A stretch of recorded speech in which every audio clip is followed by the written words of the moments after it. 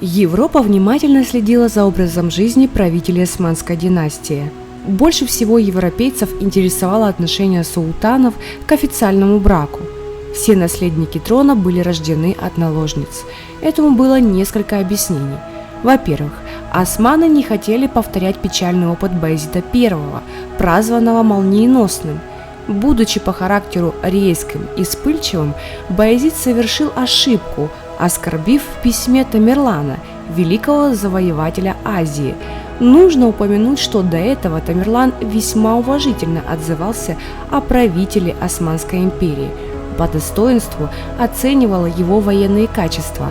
Однако после нанесенного оскорбления Тамерлан решил наказать султана за его гордость и высокомерие. Во время походов на землю османов в 1402 году Баязид вместе со своей женой был взят в плен Тамерланом. По одной из версий, после пленения султан был заперт в железной клетке, а над его женой грубо надругались прямо на его глазах, чтобы продлить мучения султана.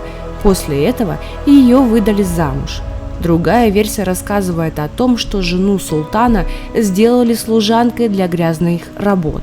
Ее заставили в непристойном виде прислуживать захватчикам во время пира. Это было страшным оскорблением, потому как жена султана была дочерью сербского правителя. В связи с этими событиями турецкие султаны перестали заключать официальные браки, чтобы не допустить повторения печального опыта. Доподлинно неизвестно, так ли было в действительности или нет, но после этих событий Мехмед I ввел в жизнь османских правителей гарем со множеством наложниц, которые и рожали детей султанам. Ведь султанам требовались наследники мужского рода. В гаремах бытовало правило, что от одной женщины должен быть рожден только один сын.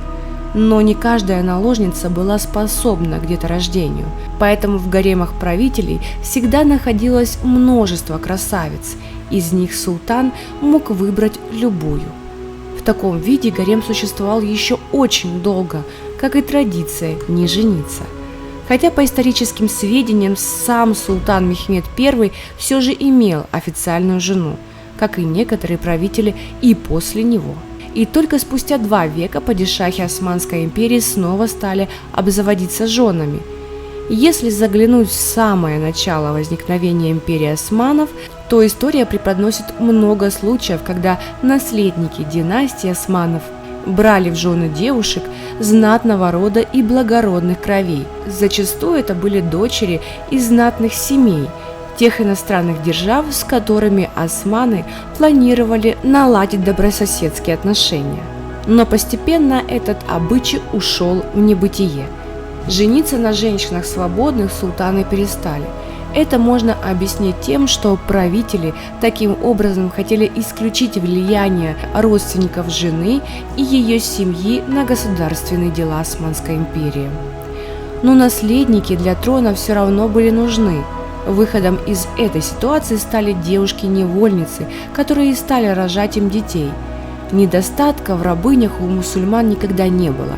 Девушку-рабыню можно было купить на любом невольничном рынке.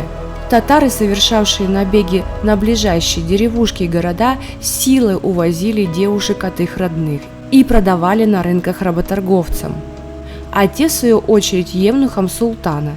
Именно так оказалась в гареме султана девушка, которую позже назвали Хюррем. Еще в традиции османов было преподносить красивых девушек в дар султану. Таким образом, османы угождали своим правителям, пытаясь заслужить их благосклонность и хорошие отношения. Самому султану сразу подарить невольницу, только что купленную на рынке, было, конечно же, недопустимо.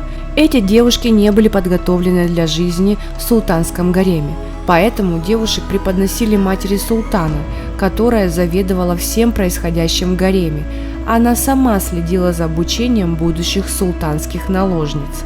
Все наложницы были очень юны, возраст их был 10-13 лет. В течение нескольких следующих лет они должны были постичь все тонкости и особенности жизни при дворе правителя. И только после соответствующей подготовки они могли быть представлены султану.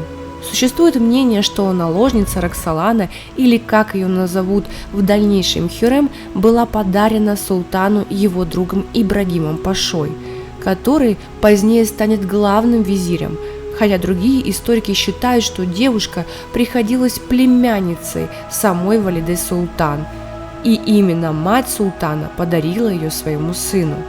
После же трагедии, произошедшей с султаном Баязидом I и его женой, османы отказались вступать в брак со свободными женщинами, сделав выбор в пользу невольниц. Однако после долгого перерыва правители османов все же возобновили традицию женитьбы на свободных женщинах благородных кровей. Примером этому стал султан Осман II. Он взял в жены девушку из семьи политического деятеля империи османов. Султан Махмуд II был женат на дочери царя Соломона II, поскольку только в 1876 году в государстве османов была введена отмена работорговли. Можно с уверенностью сказать, что в гаремах султанов находилось много пленниц. Помимо дочери царя Соломона II, Ашубиджан, у Махмуда II было еще 6 жен. И они, в свою очередь, тоже были невольницами, которые приняли ислам. Помимо девушек-рабынь в гаремах могли находиться и свободные женщины. По большой части это были представительницы прекрасного пола из Грузии, Кавказа и Абхазии. Такие девушки проживали в гареме с согласия своих родителей. Те специально отсылали своих дочерей в гаремы правителей, надеясь, что султан совершит с ними никях, то есть вступит в брак.